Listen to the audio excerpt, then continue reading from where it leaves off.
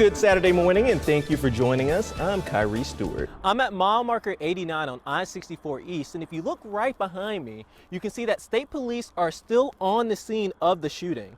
This is not the powdery snow that we showed you earlier. This snow is actually really hard. One person was taken to the hospital after a logging truck overturned, spilling dozens of logs into the road. The tornado may have brought down homes and trees like this one, but it did not bring down the spirit of the community. Oh, I love fall. Pumpkin spice, all of that. I'm like counting down the days for that. I had my first pumpkin spice the other day. So I'm behind. There's outrage in Tazewell County right now after what happened during school lunch on Thursday.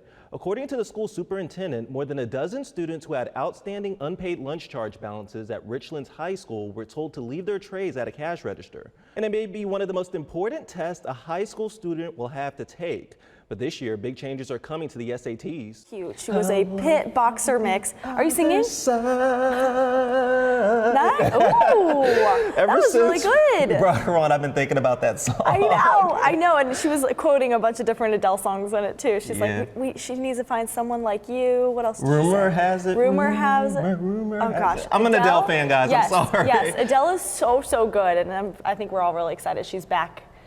Making some singles and making some hits. Yeah, and it looks like the weather could fit an Adele song too, right? I probably could, yeah. They said their main concern tonight is the Jackson River. They're expecting it to reach record flood stage around 23 feet. Now, police are going door to door telling people to get to higher ground. Several roads around Covington and Allegheny County have been blocked due to high water. Crews conducted a swiftwater rescue at Midland Trail and Callahan Circle in Allegheny County.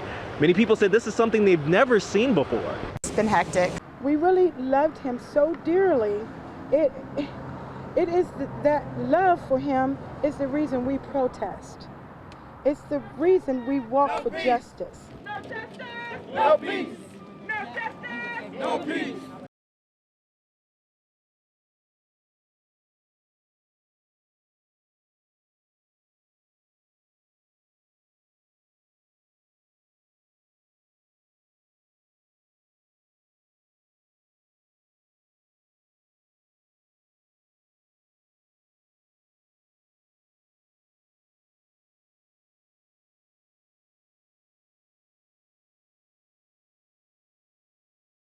It's been 2.5 years since this happened, and it seems as if our Commonwealth Attorney is moving slowly on this issue, as well as most of the leaders in this area.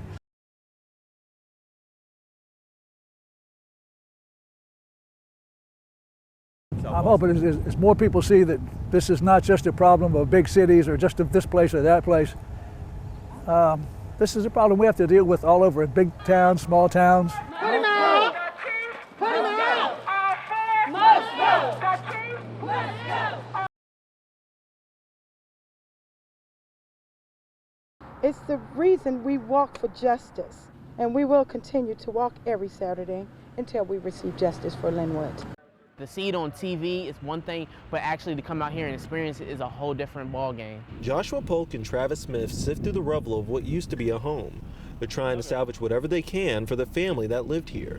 Both say they can't help but be touched by the stories they see in the piles of debris.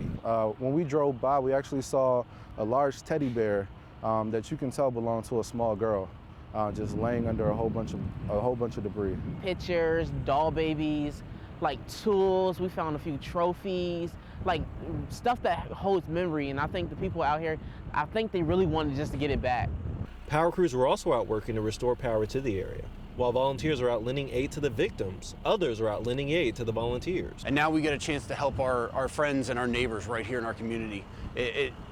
It means so much to be able to do that. Members of the humanitarian group Gleaning for the World were out making sure volunteers and victims had enough supplies. Today we brought 2,500 bottles of water up here for volunteers.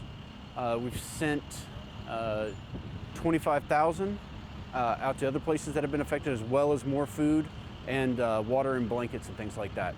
Polk and Smith said they plan to come back tomorrow. They said this tragedy has taught them the importance of life and helping others. Community needs to come together. People need to, band together and try to help one another. That's something that's going to be real important in these next couple of days. Even since I was a kid, I can remember, people speeding up and down the roads. Nothing's really ever deterred them. Soon that could change. Daniel Clare has lived on Meadowlark Road for more than 5 years and says he's fed up with speeders. Clare says he's concerned about people who walk and run along the road. See someone that's, that's obviously going 40 or something like that, and they're eating something. I've seen people eat cereal, be on the cell phone at the same time, and drive. And they got a kid in the back. Sometimes worrying when I hear a car coming up from behind me really fast, and I can't really tell whether it's like right next to me or not. On Tuesday, a meeting was held at Cave Spring Middle School for those residents to discuss a possible solution to the problem. The county wants to install these signs and invoke $200 fines for people going over the 25-mile-per-hour speed limit. This is citizen-driven. We've had the interest and the support and some of the legwork from the citizens as well. David Holliday is the planning administrator for the county. He says there's been an increased police presence on the roads, but this is another road bump. It's a step in the right direction. It's a deterrent, we hope. We'll have to evaluate as we go along. That's the bottom line, is citizen interest and public safety. Either way, Claire and others who frequent this road hope the signs work and get the message across to speeders. Slow down, slow down and be aware of what you're doing.